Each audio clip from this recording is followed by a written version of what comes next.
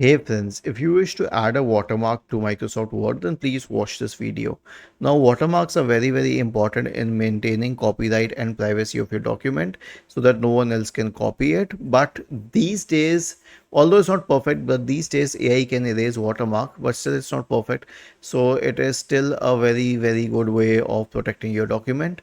Here's what you can do. Go to the design tab and you'll find a section called as watermark under page background. Click on that and you'll find different kinds of watermark. Like this one is my favorite one because it is not vertical or horizontal, but it is diagonal, so it is very difficult to change this one.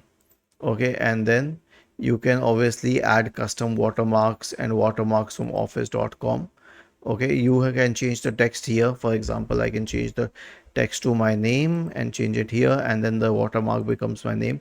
But let's say you don't like this watermark, then you can go to office.com and add online watermarks, or you can actually customize it. Like you can change the color to red, and you can change the font to, let's say, something else. You can make it this, and then you can change it like this.